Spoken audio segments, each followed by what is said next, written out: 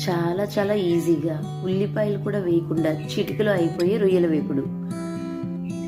ఒక 1/2 కేజీ రొయ్యలు తీసుకుని వాటిని శుభ్రంగా కడిగి పెట్టుకుని దానిలో పసుపు, అల్లం పేస్టు, ఉప్పు వేసుకుని బాగా కలుపుకుని ఒక గిన్నెలో వేసుకుని స్టవ్ పైన పెట్టుకోవాలి.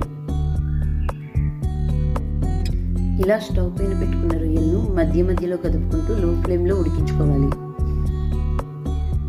రొయ్యల్లో ఉన్న నీరంతా ఎగిరిపోయే వరకు ఉడికించుకుని తరువాత స్టవ్ పైన ముగ్గులు పెట్టుకుని కొద్దిగా ఆయిల్ వేసుకుని మనం ఉడికించుకున్న రొయ్యలు అందులో వేసుకుని మధ్య మధ్యలో కదుపుకుంటూ ఇలా లో ఫ్లేమ్లో వేయించుకోవాలి.